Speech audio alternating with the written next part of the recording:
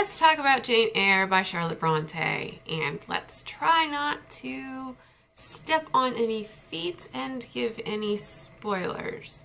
At the end, I will hold the book up or take it down. I will let you know and we can discuss some spoilery things because I have a lot of feels and emotions about some things that would be spoilery. So, when Jane Eyre is a baby, her parents both die and her uncle takes her in. Then, of course, her uncle dies and he makes her aunt promise on his deathbed that she will take care of him. She has 3 children of her own that are all similar in age to Jane Eyre, and she resents having to take care of Jane Eyre. The family of the house don't like her and resent her, and the older boy cousin tortures her. The aunt is mean to her, and then the house servants kind of don't know what to make of her, so they sort of resent her also because she's not really their master, but they have to take care of her and everything. So she's in this sort of world all by herself, and it's very sad, and I feel really bad for her. Then the aunt sends her to this girls' school that is like an orphanage, and things happen there that are really sad, but she thrives and she grows up, and she now is able to teach. She teaches at the school, and then she signs up for a position at a house as the governess for a little girl. And here is where things start to really get interesting, because here's where she meets Rochester. So she goes to this house, and the master of the house is very surly and abrupt and brusque and just no good things, except that he dotes on the little girl that he's in charge of, who is not his daughter, supposedly. And he's good to his servants, but he still just has this air about him, and he takes a liking to Jane Eyre. And Jane Eyre is about 18, and I swear to you that he is near 40. I have had this discussion with a couple friends. They say he is not old. I say when you are twice the age of the person you are pursuing, you are old. I say he was old. So if someone can help us figure out, narrow down the age of Rochester, because I believe he was in his late 30s, almost 40. Well, it says on the back that she falls in love with her sardonic employer. So there you go. It tells you on the back that part. She falls in love with Rochester and Rochester falls in love with her. But she is not the same class as Rochester. And oh my goodness, what's going to happen? What's going to happen? Well, they're going to get engaged, and then something's going to happen that is huge.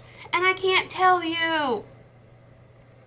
Nope, I can't tell you because it's not on the back. But there is a secret in this house. Rochester has a secret, okay? So now I'm going to put this book down, and I am going to talk to you about spoilery things. So if you have not read this book, or if you do not want to know the spoilers, stop watching, go read this book, and then come back so you can hear me go on about this part, okay? I'm putting the book down. Okay. Did you stop? All right. So Jane Eyre is 18. She's never been around a man before. All of a sudden, this man that is her employer is like telling her that he loves her and making passes at her.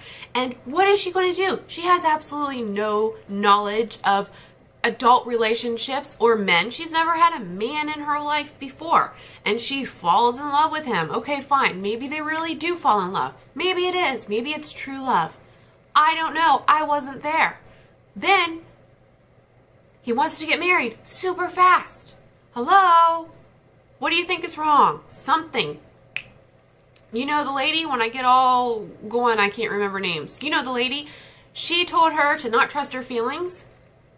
I mean, alarms are going off, Jane Eyre, and I want to shake you by your shoulders. So on the wedding day, then he's like a jerk, and he just like grabs her and drags her down to the church really fast. Like, hurry up, we gotta get this done with. Like, almost like he's angry that he's getting married. And then, you know, the wedding has to stop, and she finds out at the altar about this hidden woman that is upstairs, that she has been living there for a year, and he's never told her that, first of all, there's a crazy woman upstairs, and second, oh yeah, I'm married to her. So he was going to make her his unlawful wife. He was going to make her his mistress. And this irritates me so much. First of all, because he's lying to her. And then second, because he was sort of hoodwinked and bamboozled into marrying the crazy lady upstairs. He says he didn't know she was crazy, that they were not alone together very often before they got married, and then all of a sudden, all of her crazy comes out. So he didn't know what he was signing up for, and now he goes, he knows how that feels, and he goes and he does that to Jane Eyre. What's wrong with you, Rochester, you selfish old man? What is wrong with you? I just can't even believe. And then he's just like, oh, let's run away and you can be my mistress. Because you don't have any family. Oh my gosh! What? Is that what you were looking for? You wanted to get married? You wanted to have some, young, hot mistress? So you went and you're hitting on any young, hot thing that doesn't have any family because, hey, you don't have any family to object to the fact that you're living in sin with a man twice your age. But look, money and travel, and it'll be fantastic. What? Oh my gosh. Oh my gosh. Okay, so then, when she runs away, which I was like, yes, she ran away. Good job, Jane. And how fortuitous that the house that she goes to turns out to be her long-lost distant cousins. And then her cousin St. John keeps proposing to her because she would make a great missionary wife. And at first I was kind of like, ooh, St. John. Which in the movie, he's always called St. John. St. John. I would have thought his name was actually St. John if I hadn't read the book and known that it said St. John, which is a really weird name. But, so he's like, marry me, or you hate God. Oh my gosh, you have to marry me. And then I just wanted to smack him. What's wrong with you? So I was glad that she didn't marry him. Jane, you now have money. You are an independently wealthy, self-supporting young woman. You wanted to travel. You wanted to set up a girls' school and teach. And all of a sudden you get money and you're like, oh, let me run back to this old man that betrayed me. And was she crazy hearing her name called on the winds? Like, what was that? I don't even know what that was. Like, she just kind of forgot about him and she was considering, going to whatever godforsaken country with St. John until all of a sudden her name is called on the wind and it's Rochester's voice. I think she may have been crazy or delusional. This is what I wanted to happen.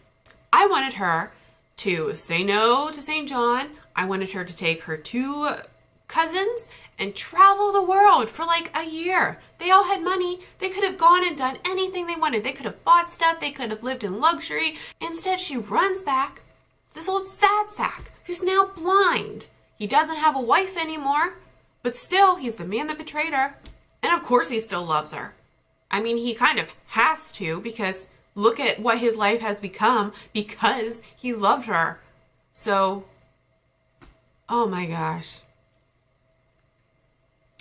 My friend told me when I was ranting about Jane Eyre going back to Rochester that it was because she was able to do whatever she wanted. That was the happy part. Jane Eyre could do whatever she wanted with her life, and she wanted to go back to him. And so that was a good thing. That was a happy ending. But it's not to me. I mean, maybe travel for a year and then go back to the sad sack. But go do something, girl. You're only 19. Go do something. Tie yourself to an old geezer to be a maid for the rest of your life. I don't even know. That's my beef with Jane Eyre. Wow. I'm sure I'm going to hear about this. You know what? This is how I feel about this book. This is the part that irritates me. It was just that bit at the end. Yeah. Let me know what you thought about Jane Eyre. Just let me know what you thought about Jane Eyre. And I will talk to you later. Bye.